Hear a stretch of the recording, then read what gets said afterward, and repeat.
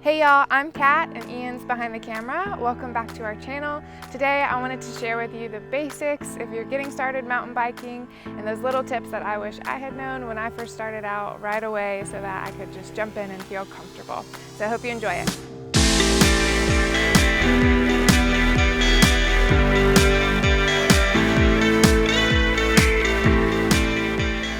When I first started mountain biking, I went to a bike shop and I liked being able to touch the ground while I was on my seat because that felt really comfortable and stable. And the first thing I learned was that you have to have your leg fully extended on the downstroke of the pedal.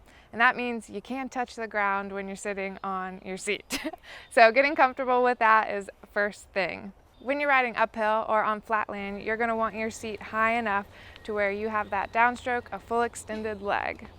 When you're going downhill, you're going to want to drop your seat all the way down so you have lots of room to kind of move around and control your bike. So being able to adjust and make your bike seat go up or down is really pertinent. Pertinent is really important. So the options that you have are you have a dropper post, which has a button up here on your handlebars that will allow you to raise it up or down easily and quickly. Ta-da! It's a little stuck. Push it, and then you sit down and it goes down. The other option is have a quick release, and you can just stop, get off your bike, adjust your seat as necessary whenever you are climbing or descending.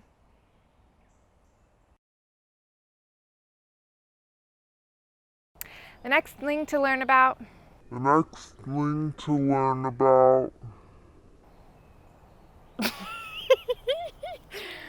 Next thing is you always want to have at least one finger from both hands on the brakes when you're riding, just in case you're ready to go. It might be natural when you begin with to want two fingers on the brakes. That's kind of where I started, but you really want just one. So try and get in the habit of having one finger on your brakes. That may mean you need to adjust where the brake is on your handlebar so it feels really comfortable and you can reach it easily. Another thing to remember is your left brake on your left hand is your front wheel and your right brake is for your back wheel. And so if you're in America. If you're in America. Not the UK. Not the UK. I didn't know that. So on your American bike in America, if you take your American bike to Canada. No. Just kidding. Whatever. Just kidding. So when you're braking, you kind of want to do an even amount of both. You don't want to be super hardcore on one or the other necessarily. If you pull on just your front brake, you could be likely to flip over the front. Just a nice even pressure on both brakes is kind of the way to go. So the next thing is pretty simple, but when you're riding downhill, you want to keep your pedals level. Whether you have your left or right foot in the front, that is the best way to go, because if you have a pedal down and one high, that can be really dangerous in case it gets hit on something. You want everything level so you're streamlined and ready to go down the trail.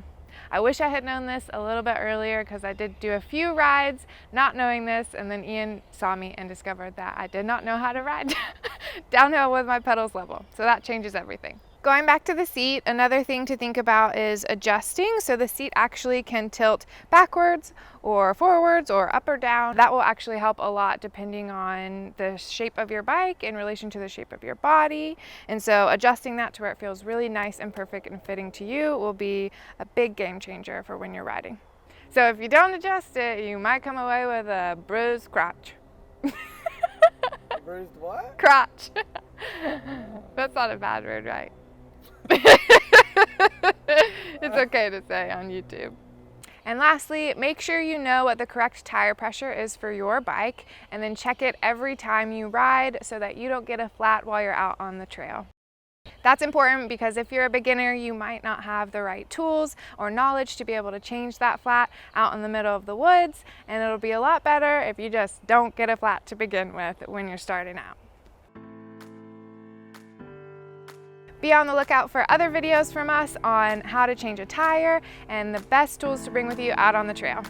Like and subscribe if you enjoyed this and if it was helpful for you. Leave any comments below and have an awesome day. And don't forget, always wear a helmet.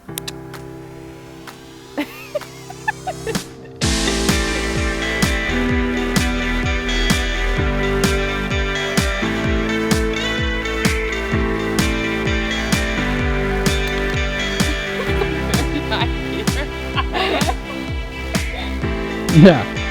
Note. Make sure you're in the right gear before you climb. That might be important.